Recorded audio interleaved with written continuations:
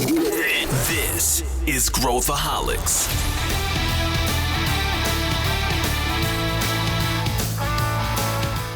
Olá, eu sou Pedro Van Gertner, CEO da Ace Ventures, e você está ouvindo o Growthaholics, o podcast onde falamos de inovação e empreendedorismo de forma prática e aplicável. Aqui, a intenção é acelerar o seu negócio a cada conversa. Sem fórmulas mágicas e firulas, queremos transformar você em um Growthaholic. Avalie nosso podcast com 5 estrelas para que mais pessoas tenham acesso a esse conteúdo. Quem empreende sabe que existe um momento em que o desafio deixa de ser conquistar clientes e passa a ser atender bem esses clientes. É quando os primeiros tickets começam a se perder, as respostas atrasam e você percebe que, sem um sistema escalável, a experiência vai por água abaixo. É exatamente nesse ponto que muitos founders recorrem ao Zendesk for Startups. O programa oferece até 6 meses gratuitos na plataforma, além de mentoria e acesso às melhores práticas globais de atendimento. É a chance de estruturar o seu suporte desde o início, do jeito que grandes empresas já fazem. O link está na descrição desse episódio. Agora sim, o tema de hoje é um daqueles dilemas que todo founder ou gestor vai enfrentar em algum momento. O que fazer quando a empresa tem mais de um ICP, mais de um público que ela atende? Expandir significa crescer mais rápido ou é o atalho perfeito para perder o foco e se dispersar? Poucas empresas conseguem navegar bem nesse equilíbrio. E o Charlie é um case vivo disso. A PropTech brasileira dobrou de tamanho em um ano. Atingiu taxas de ocupação invejáveis e hoje fala ao mesmo tempo com investidores que querem rentabilidade e hóspedes que buscam uma experiência premium. Para entender como orquestrar esse jogo complexo, eu recebo aqui a Julia Solomon, que é CMO do Charlie. Ela vai trazer os bastidores e os aprendizados dessa jornada híbrida. Queria dar boas-vindas à minha convidada, Julia Solomon. Tudo bem, Julia? Tudo ótimo, Pedro. Obrigada aí pelo convite. Muito bom receber você aqui. A Julia, que hoje está à frente aí de um desafio muito interessante, vai compartilhar aqui com a gente, mas eu vou pedir para a própria Julia se apresentar e falar um pouquinho do Charlie, que é a startup aqui que vai ser o nosso pano de fundo para o nosso bate-papo de hoje. Boa, legal. Obrigada, então, Pedro, pelo convite. Vou me apresentar um pouquinho. Então, eu sou a Júlia, tenho aí mais de 20 anos de carreira dentro do marketing, já passei por todos os segmentos possíveis, assim, de bens de consumo, venda direta, startups, então, desde grandes, Unilever, Novartis, farmacêutica, e aí, recente, mais eu fui para esse mundo de startups, né, passei pelo Quinto Andar, e agora no Charlie. Então, já tive diversos desafios de olhar branding, de olhar performance, de olhar projetos, produtos, e com o Charlie foi muito bacana, porque é uma startup que nasceu em 2020, eu entrei em 2020, então o meu papel foi abrir o departamento de marketing, iniciar tudo, absolutamente tudo dentro de marketing, e para quem não conhece o Charlie, eu vou explicar um pouquinho. O nosso propósito é reimaginar o ecossistema da hospitalidade, então tem tudo a ver aqui com o nosso papo, porque esse ecossistema ele é gigante, né? Eu falo de quem hospeda, eu falo de quem é dono do apartamento, eu falo das incorporadoras, eu falo dos parceiros B2B, assim, o que a gente mais tem são múltiplos clientes aí dentro da nossa história. Então o Charlie hoje ele gerencia apartamentos, para esse universo de short stay, que são locações curtas até 30 dias, mas a gente opera também o mid-long, né? Então de 30 a 90 e de 90 acima de um ano, né? E a grande premissa que a gente tem é que a gente traz mais rentabilidade para o investidor, porque quando você tem um apartamento e você consegue operar no short stay, você tem uma precificação dinâmica, algo como um Uber, assim, então a gente consegue otimizar a receita dele, diferente de uma receita, né, uma mensalidade.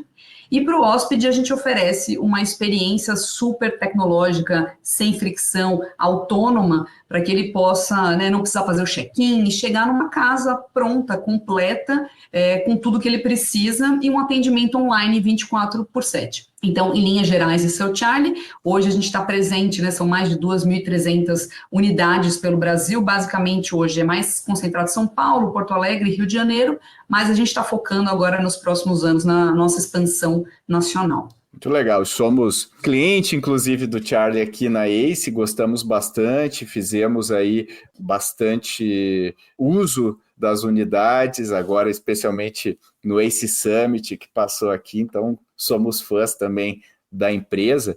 E eu queria abrir aqui esse tema que eu acho que o Brasil tem muitos, Júlia, quando a gente olha as estatísticas de marketplaces que existem no Brasil e negócios que às vezes usam empresas como canal, mas o cliente final é o funcionário, ou etc. A gente tem muito esse caso de você ter mais de um ICP que você tem que trabalhar. E, obviamente, faz parte, é inerente ao modelo de negócios, mas traz uma série de desafios também, né? Então, se você puder, vamos para abrir os trabalhos aqui, você dizer um pouquinho, você falou agora en passant do ecossistema, do Charlie e tudo mais, mas comenta um pouquinho desse range de ICPs que você trabalha hoje e que também você falou da sua trajetória super ampla de vários mercados e atuações. O que você aprendeu ao longo dessa trajetória em relação a isso, a como trabalhar com esses múltiplos públicos? Hoje, dentro do Charlie, a gente divide basicamente em supply e demanda, né? Tudo começa a partir de supply, porque eu preciso ter produtos na minha prateleira. Então, eu preciso ter essa parceria com o investidor para que ele coloque esse apartamento para a gente gerenciar. Então, no Charlie, a gente começou realmente o nosso foco olhando para a supply, olhando para esse particular cliente, só que não só nele, a gente começa com a incorporadora. Porque o nosso objetivo nunca foi ser uma plataforma pulverizada, né? Então, hoje, se você tem um apartamento para alocar, hoje o Charlie não pega, né? No nosso futuro, na expansão, tudo é possível, mas hoje não é assim que funciona. Então, a gente começou a fazer parceria com as maiores incorporadoras do Brasil. Iniciamos, né, a nossa trajetória por eles, porque a partir desse aí, é um B2B2C, a partir dessa conexão com a incorporadora, eu entendia quais empreendimentos que eles iam lançar que fazia sentido para o nosso modelo e entrava na parceria desde o início. Então, hoje, eu também não posso ir para mar aberto atrás de proprietários, né? Eu deveria ir atrás desse proprietário que comprou desta incorporadora. Então, daí, diversas ações que a gente tem que fazer em parceria para conseguir isso. Então, desde atuar, por exemplo, no lançamento desse empreendimento, no stand, treinando os corretores, explicando para aquele corretor que quando ele usa o Charlie como um argumento de venda, é mais fácil. Se eu tenho um proprietário que está comprando para investir, ele já fala, olha, eu tenho aqui um parceiro que pode operar para você, porque operar um apartamento é muito complicado. No short stay, 1000 vezes mais complicado. Você tem desde manutenção, troca de enxoval, comunicação com os hóspedes, precificação, distribuição, então a gente faz tudo para ele. Então começa aqui a gente olhando muito para a supply. E depois a gente entende que a gente conseguia distribuir esses apartamentos no momento inicial de uma forma muito simples. Eu colocava nas OTAs, né, que são as Online Travel Agencies, então Booking, Expedia, Airbnb, e com isso eu já tinha altíssimas taxas de ocupação. Só que com o passar do tempo, conforme eu vou adquirindo muitos mais imóveis, eu começo a ter muitos empreendimentos no mesmo bairro, quase como concorrendo um com o outro, a gente entende que a gente precisa desenvolver outros canais. E aí a gente começa a olhar do lado da demanda para o B2B. Então, assim, quem são as empresas, assim como vocês, que podem fazer parceria aqui com o Charlie, que precisam hospedar os seus colaboradores? E aí eu olho para outro jogo. Então, dentro do Charlie, são times completamente diferentes. Eu tenho um time que olha o growth, que a gente chama, que são os proprietários, incorporadoras. Eu tenho um time que olha a demanda, que vai olhar o hóspede B2C, que vai ficar no mid-long, que vai olhar também para esse B2B. E aí começam os complicadores aí da história. Então, por exemplo, aí dentro do meu lado de growth, eu começo a olhar além do proprietário pessoa física, para o proprietário institucional. Aí entram os fundos de investimento, que vão me trazer o bloco inteiro. Então, com eles é outro tipo de negociação, outro tipo de exigência, assim, são realmente públicos muito diferentes. Então, a gente foi abrindo, né, ramificando o nosso alcance, o que foi trazendo realmente diferentes avanços e saltos dentro da nossa empresa mesmo, em como atender esses diferentes públicos. Júlia, você falou de vários aspectos, inclusive de como você começa, como você evolui. Eu acho muito interessante isso. E tem algumas lições, eu acho que valeria a pena a gente discutir antes de evoluir aqui na nossa conversa, que existe um padrão, pelo que você falou. Você busca no início, como ponto de entrada, se a gente está falando de um marketplace, a gente não pode dispersar muito os nossos esforços, que são parcos, escassos, para conseguir mover a agulha, e você entende que se inicia pelo ponto mais, digamos assim, onde você consiga ter o maior volume ou maior impacto e ao mesmo tempo seja o mais fácil, mais simples para gerenciar. Você vai ter um ponto de contato e a partir disso você vai evoluindo. Faz sentido esse insight e isso é intencional, Júlia, do ponto de vista operacional ou não? Com certeza, mas tem uns complicadores também aí no meio, porque assim, eu ter uma escala, né? Por exemplo, hoje a gente fala que a gente quer atuar no mínimo com 20 apartamentos por empreendimento, porque eu preciso distribuir esses apartamentos da forma como o Charlie hoje está feita, quanto mais padronização, melhor. Então, hoje, por exemplo, se eu vou colocar o meu anúncio numa Booking, por exemplo, eu tenho um grande anúncio forte com inventário por trás. Então, eu tenho, às vezes, um anúncio que vão ter 100 apartamentos por trás, quando eu tenho o prédio inteiro 150, o que me dá muito mais impressões, eu consigo performar muito melhor na plataforma, como se eu fosse um hotel. Só que eu não tenho um contato único, né? Dentro da incorporadora, beleza, é com eles que eu falo, mas para eu conseguir essas assinaturas de contrato, eu preciso ir no 1 a 1, porque não é uma venda casada, nem poderia ser. Então, eles estão livres para gerenciar por conta própria ou com outras operadoras, se for o caso. Então, eu preciso realmente fazer um trabalho de formiguinha com cada um desses proprietários. Mas, no final das contas, se eu conseguir o maior número de assinaturas num prédio, é o que vai facilitar a minha vida depois, né? Então, eu acho que aprendizados também desses saltos, né, que a gente faz de crescimento, é que, por exemplo, eu não poderia ir para um mercado B2B se eu não tivesse uma operação bem estabelecida. Então, uma coisa é um hóspede que vai a lazer. Ele tem outro nível de exigência, né? Ele tem outras necessidades. Agora, quando eu vou para uma empresa, aí eu preciso estar com tudo muito redondo, porque eu preciso realmente que a pessoa que vai viajar a trabalho tenha mínimos requerimentos mesmo, que às vezes a empresa faz, desde segurança até como vai entrar dentro do apartamento. Alguns têm algumas exigências até de café da manhã, o que não são em todas as unidades de Charlie que a gente tem, mas alguns a gente tem. Então, a gente começa a entender como que a gente tem que operar para conseguir agora abrir para o mercado B2B. Idem quando eu falo dos meus fundos imobiliários. Então, para eu pegar um fundo inteiro, eles vão ter muita exigência de governança, de processos, de reportes, que um investidor, pessoa física, que tem um imóvel, não tem isso. Eu tenho uma plataforma do investidor, onde eu vou colocar uns reportes e está tudo bem. Agora não, eu estou falando de reuniões mensais, de resultado. Então, conforme a operação vai ficando mais madura, aí a gente consegue expandir esses ICPs. Eu acho que isso é uma mensagem importante de aprendizado, porque não daria para começar com esse público todo, né? E principalmente esses ultra B2Bs, né, de cada um dos lados. Então, realmente a gente foi construindo ao longo dos anos a operação, a maturidade para daí conseguir de fato expandir. E você falou sobre, eu não sei se eu digo o nível de exigência, mas talvez as expectativas desses públicos e, você está trabalhando com um público B2B que faz isso o dia inteiro em volume, ele espera determinados reportes, determinados certificados e coisas que um cliente B2C não vai. Por outro lado, o B2C, você pode esperar que ele vá te fazer várias perguntas, você tem que ter um canal de suporte ou de CS, enfim, bem responsivo, só que você também teria que ter um canal bem responsivo no B2B. Então, talvez se a gente for montar uma grade aqui, pensar, se eu começo, qual o mínimo, né? Porque cada uma dessas exigências também é um investimento adicional que você tem que fazer, seja de energia, de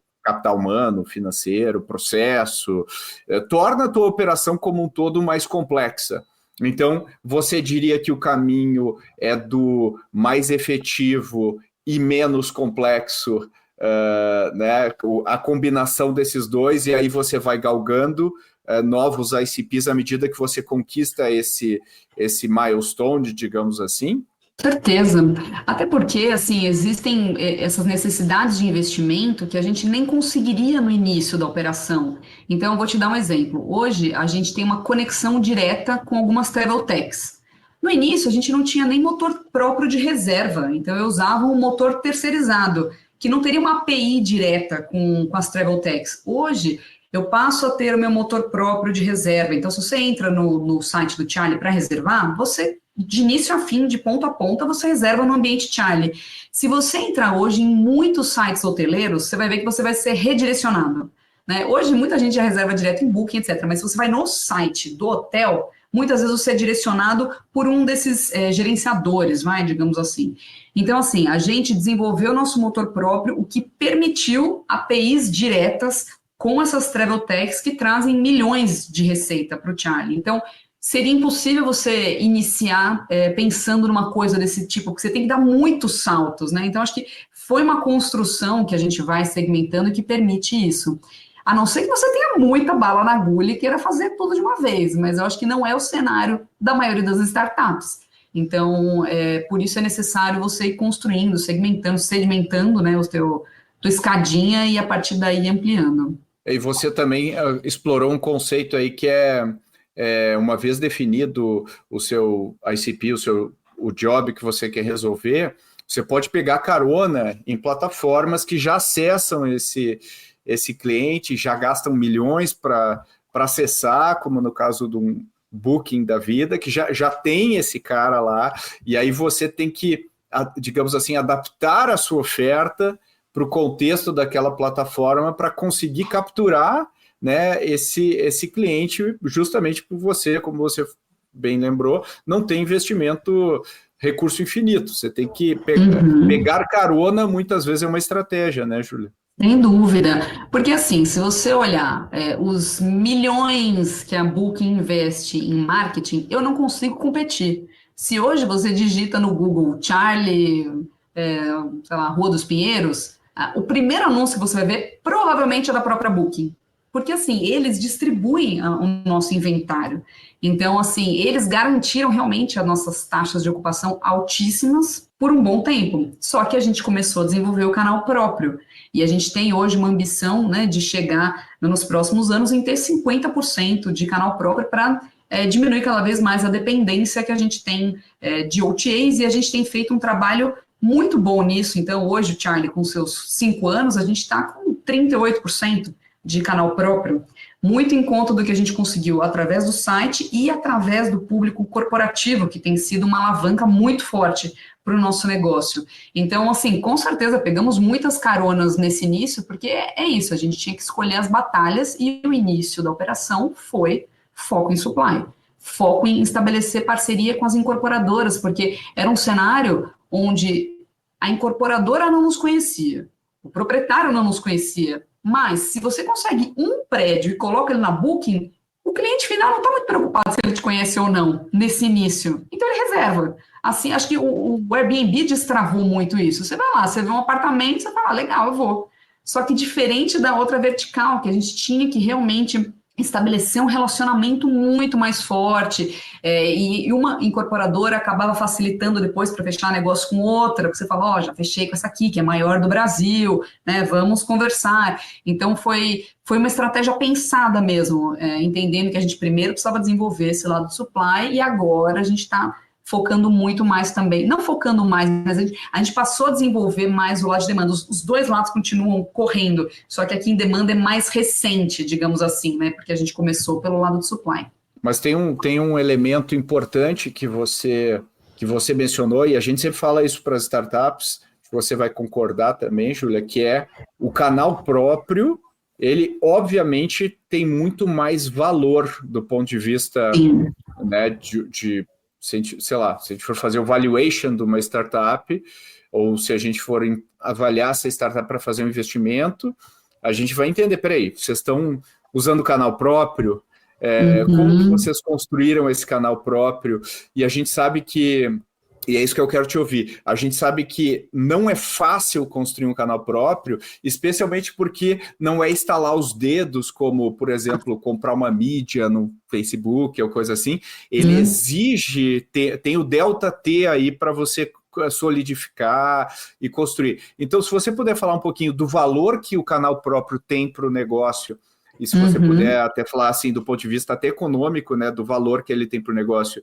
e também da dificuldade e da importância de você construir ao longo do tempo, seria legal aí, porque acho que isso é um desafio que todo mundo se depara. Legal. Tá bom, então vamos aí por partes, né? Hoje, no nosso modelo de negócio, o meu investidor, que é o proprietário, ele tem essa receita da locação e o Charlie, ele é remunerado com take rate. Então, eu tenho que pegar um percentual, né, desse valor de reserva. É assim que a gente opera, né? Então, eu tenho, quanto melhor a performance para o cara, melhor a performance para mim também, porque eu pego um percentual dessa receita. Então, a partir do momento que eu estou operando em canais terceirizados, eu também pago comissão para esses canais. Então, quando eu faço a reserva no meu canal próprio, já é muito melhor, porque aquilo entra líquido. Então, eu já não tenho esse comissionamento que eu deixo na mão do canal. E para o Charlie também eu tenho uma taxa de canal. Então, para mim, é melhor, sem dúvida nenhuma, ter essa receita diretamente construída aqui com a gente. E aí, falando como que a gente conseguiu construir esse movimento, né? Então, hoje, quando a reserva é de longa duração e ela é negociada com o meu time de vendas também, a gente faz justamente isso por eles, porque a gente tem desde uma análise simples de crédito até um processo de contrato. Então, hoje é meu time de vendas que olha para isso também. Então, eu hoje consigo fomentar o crescimento da minha venda direta nessas duas verticais, site e time de vendas, que fazem essa venda também para o B2B e mid-long, tá? Então, site, né? Como que a gente conseguiu ter hoje esses 20%, né? Que eu tenho mais ou menos 20 e 20, tá? Muda ao longo dos meses, mas é mais ou menos isso.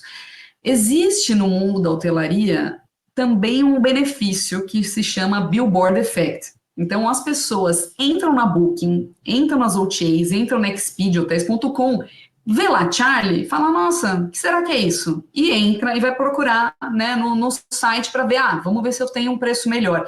Isso é conhecido, né? Então, por isso tem esse nome, Billboard Effect, isso tem estudos. Então, muitas pessoas chegam no nosso site porque nos encontraram através da Booking, por exemplo, que, como eu falei, investe milhões e milhões de reais, né, para conseguir trazer esse público para dentro de casa. Então, eu consigo capturar parte disso através desse Billboard Effect e parte disso na nossa construção de marca, que aí também é um formiguinha, é um boca a boca que vai acontecendo. Então, são todas as nossas estratégias com influenciadores, eu não falo nem muito em investimento em marketing, out of home, etc., porque não fizemos. A gente foi crescendo de uma forma mais orgânica e com menos dinheiro envolvido na história, né, como investimento.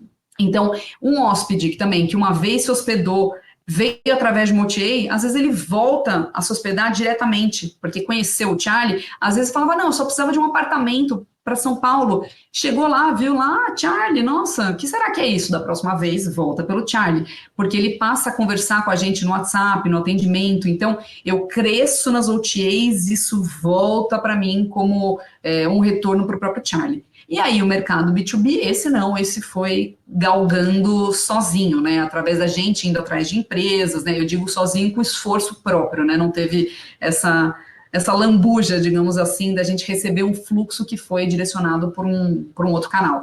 Então, aqui nos esforços que a gente tem com o B2B, foi batendo perna, prospectando, indo atrás de empresa, entendendo quem faria mais sentido, e aos poucos como esse mundo de short stay foi ficando mais conhecido e as empresas entenderam que existia também um benefício, uma economia em se hospedar num modelo como o Charlie, muitas empresas passam a nos procurar também, e foi o caso, inclusive, das Travel Techs, que hoje as Travel Techs atendem milhares de empresas.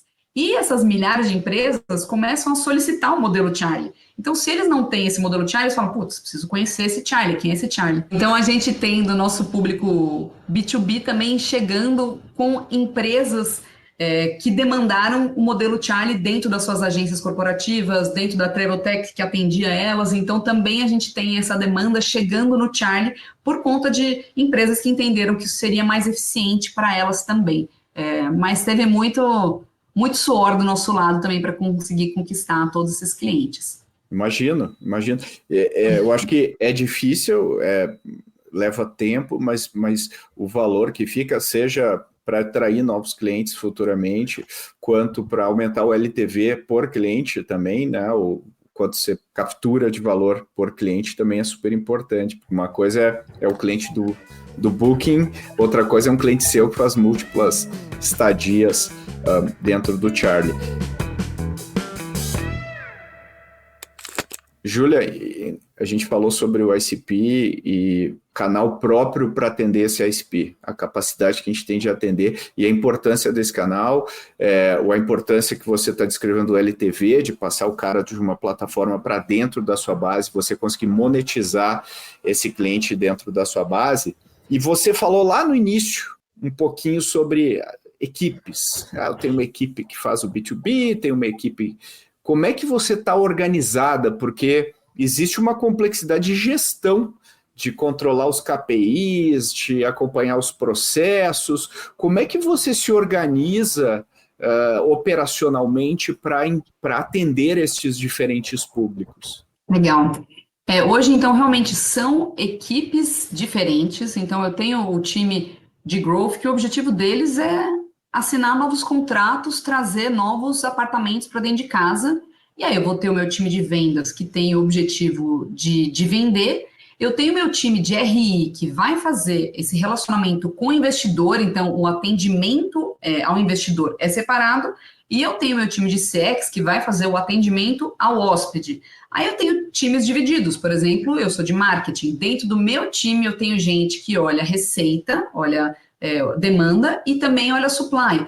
O time de produto tem que olhar também para supply, para demanda. Então, alguns times têm que ficar olhando para os dois lados e eu tenho times que são concentrados olhando só para a sua vertical, porque acho que seria praticamente impossível, por exemplo, eu ter um atendimento concentrado aos dois.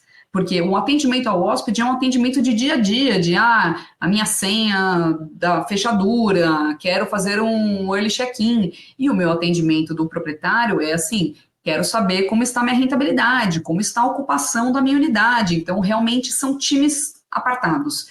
Mas também a gente tem hoje um desafio na empresa como um todo de derrubar esses silos e atuar de forma conjunta. Então, por exemplo, a gente tinha diversos CRMs.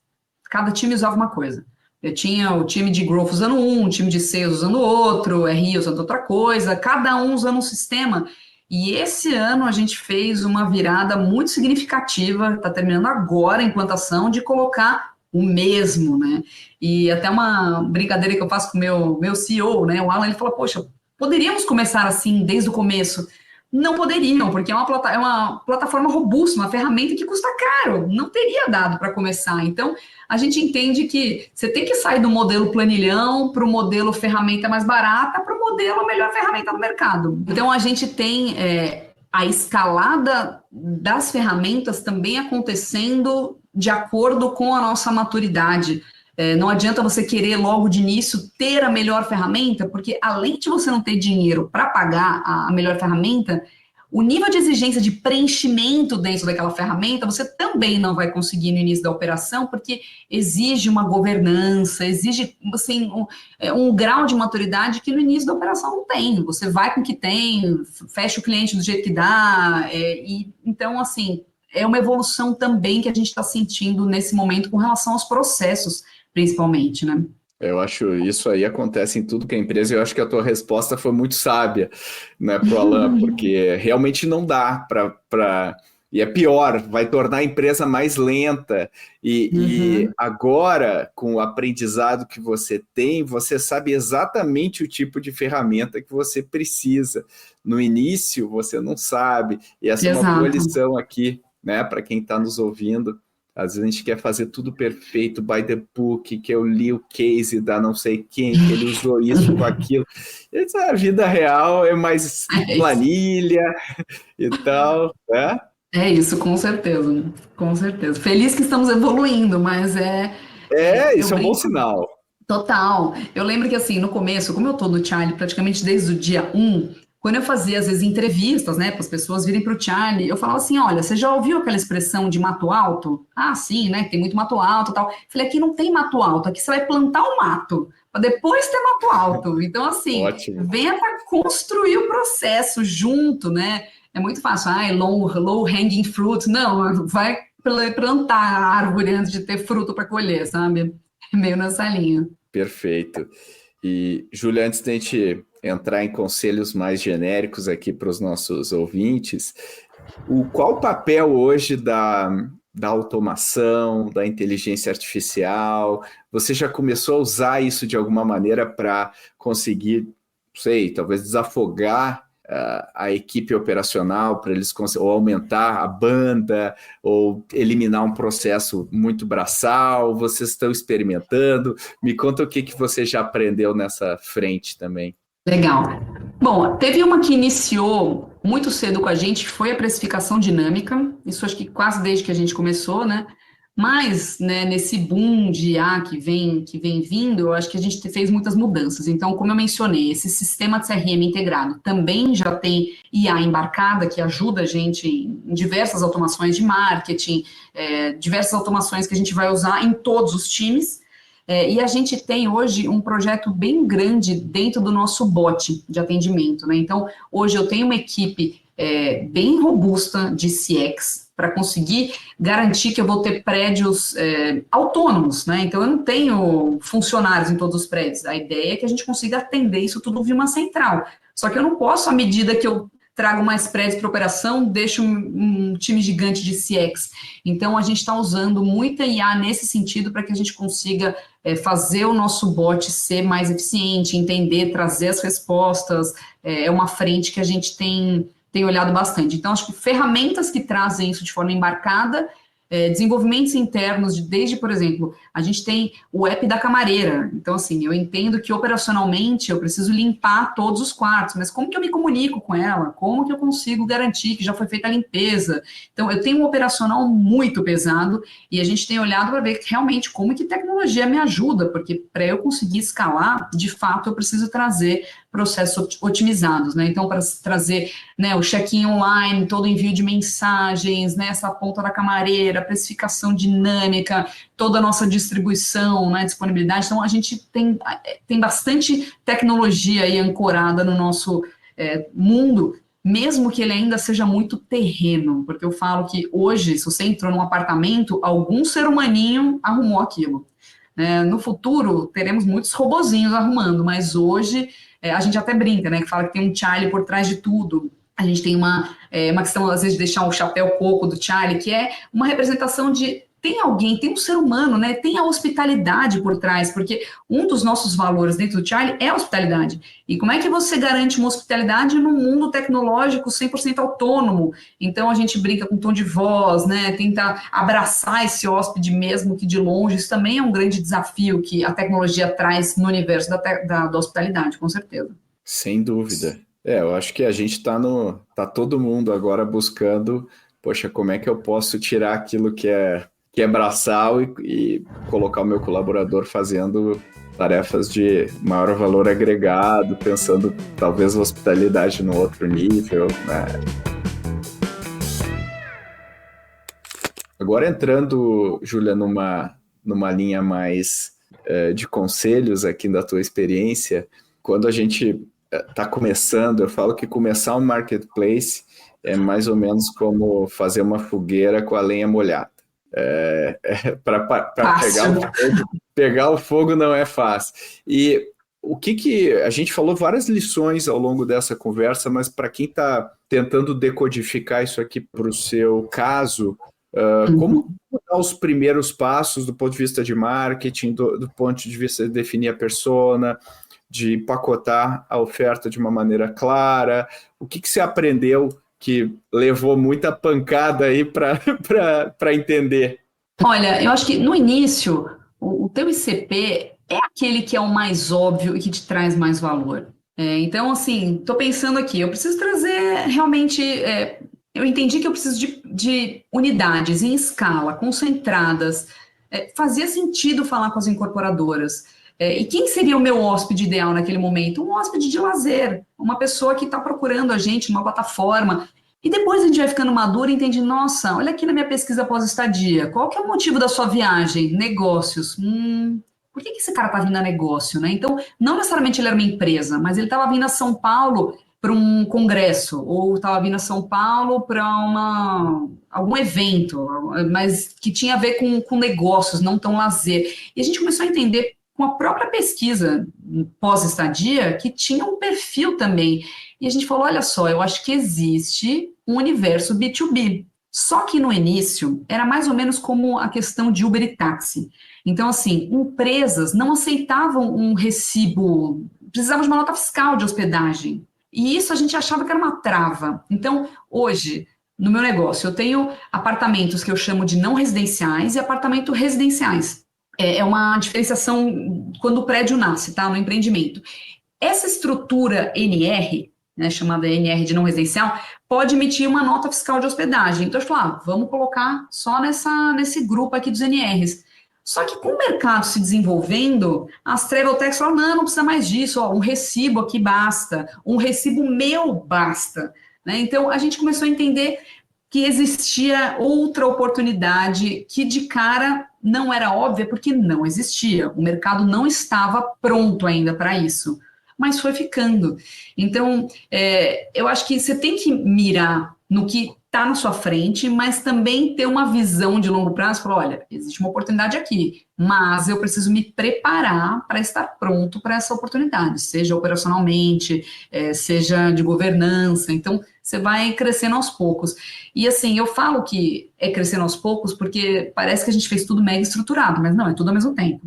É uma loucura, não para, são demandas de projetos simultâneos, porque é construir todo o avião voando, ele inteiro. Então, olhar para um outro perfil naquele momento, obviamente, traz muitos desafios, porque é isso, você está fazendo o bug de produto, construindo a API do produto, tudo rodando junto, simultaneamente. Então, começar pelo mais óbvio e que te traz mais valor, e entender como você pode ramificar sem ao mesmo tempo desfocar, porque tem que ser algo que realmente faça sentido, que vai te trazer a receita relevante para aquele novo movimento.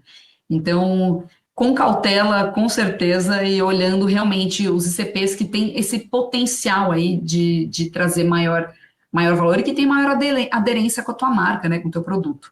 E, obviamente, entendo eu que está implícito na sua fala, que não faz sentido eu tentar abraçar mais ICPs do que eu consigo lidar com o mínimo de qualidade, porque tem gente que eu falo que é a metralhadora giratória, não estou gerando resultado aqui, vou tentar mais, quando vê, você está com um prato cheio de diferentes públicos. Exato, assim, eu posso te dar um exemplo, a gente já teve conversas com, por exemplo, canais OTAs de fora que, sei lá, da China, por exemplo, só que naquele momento a gente não consegue, porque o pagamento é diferente, tem que ter uma conta, então assim, parece muito legal, mas e aí, como é que eu vou administrar esse cara que não fala muito inglês, que não fala espanhol, como é que eu administro isso no modelo autônomo? Então assim, talvez ainda não seja a hora de olhar para isso, dado que eu tenho outros canais de distribuição plenamente possíveis de serem explorados.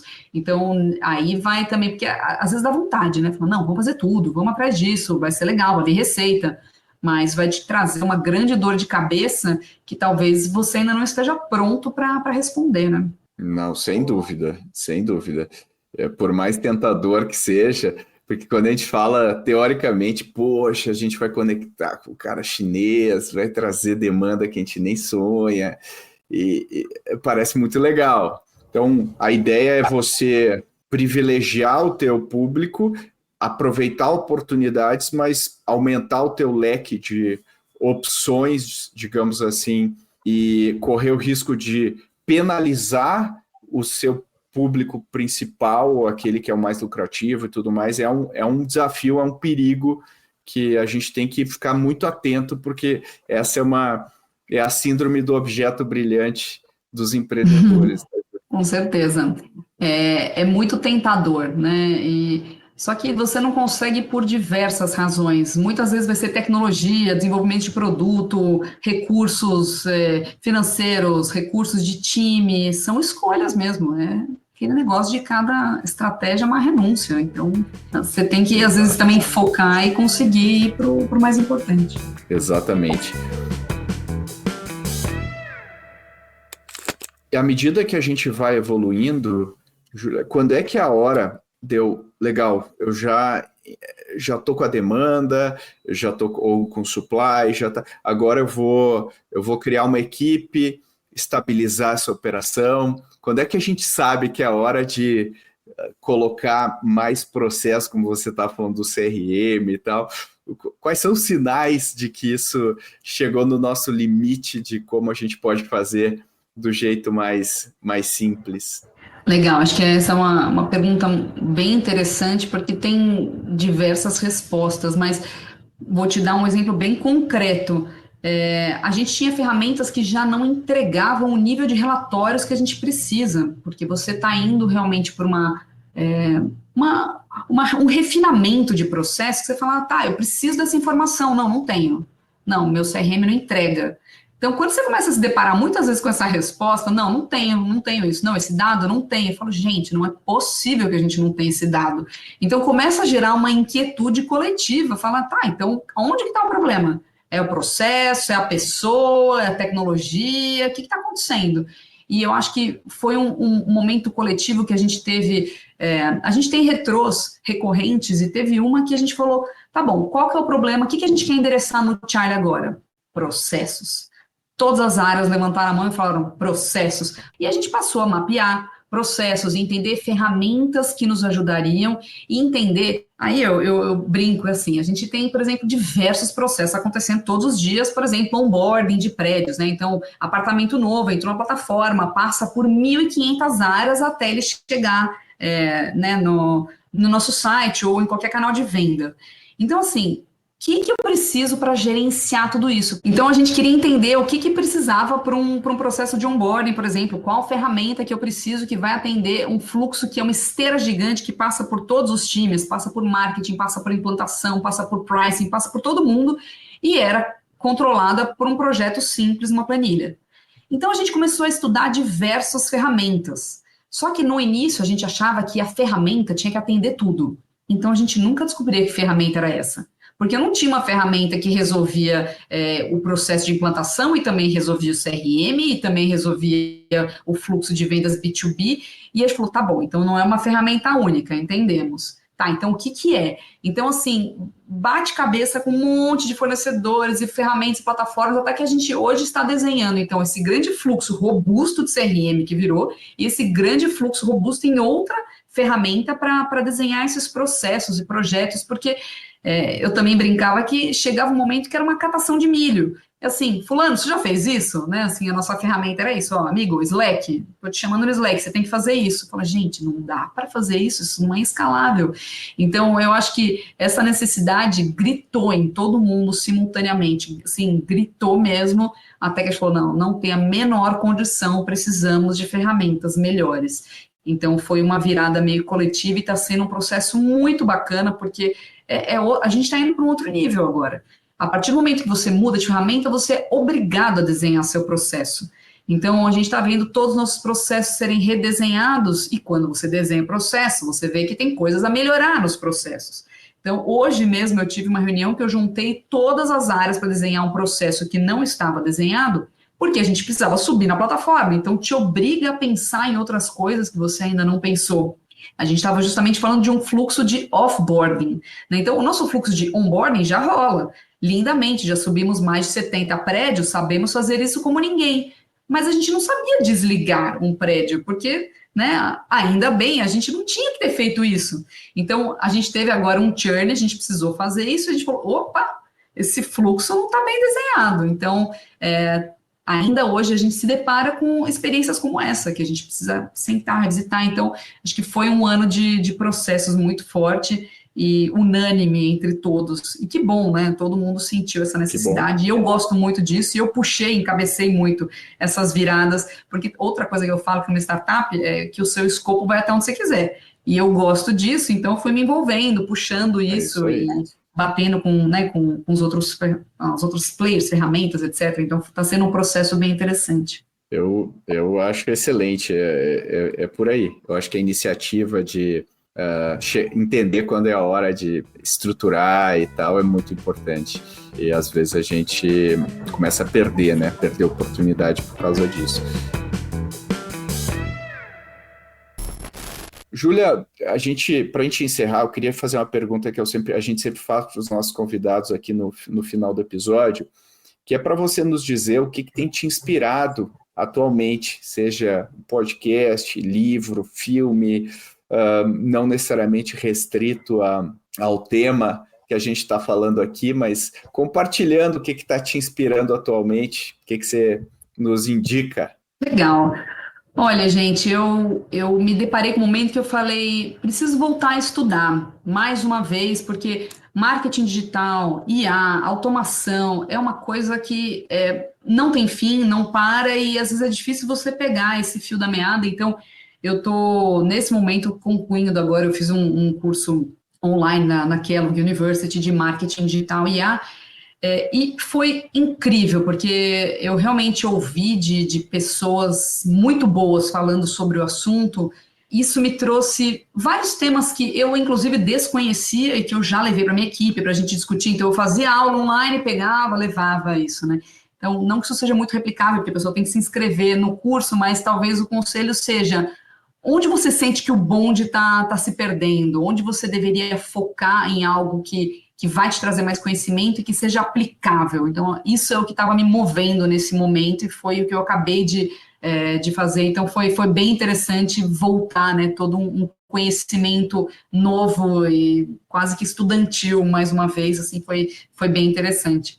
Muito legal. A gente vai colocar a tua dica nas notas aí do episódio para o pessoal buscar. E aproveito para te agradecer, Júlia. Obrigado aí por compartilhar de maneira tão aberta, eu acho que é muito legal quando a gente abre o capô e mostra para os nossos ouvintes, né, o que está acontecendo, e você fez isso com muita leveza, muita tranquilidade. Eu acho que quem ouviu sai com muitas lições, insights interessantes. Então, nosso muito obrigado aí para você. Olha, eu que agradeço o convite, foi uma conversa incrível. Realmente espero poder ajudar pessoas a não se baterem tanto, né, com esse capô e conseguirem, né, aplicar no seu dia a dia. Obrigada de verdade pela oportunidade. Esse papo deixou claro que lidar com múltiplos ICPs é um desafio que mistura estratégia, execução e principalmente foco. Aprendemos que não adianta querer ser tudo para todos. Primeiro é preciso conquistar um ICP principal, construir autoridade e só então expandir com dados, clareza e disciplina. O case do Charlie mostra como essa sinergia pode se transformar em crescimento.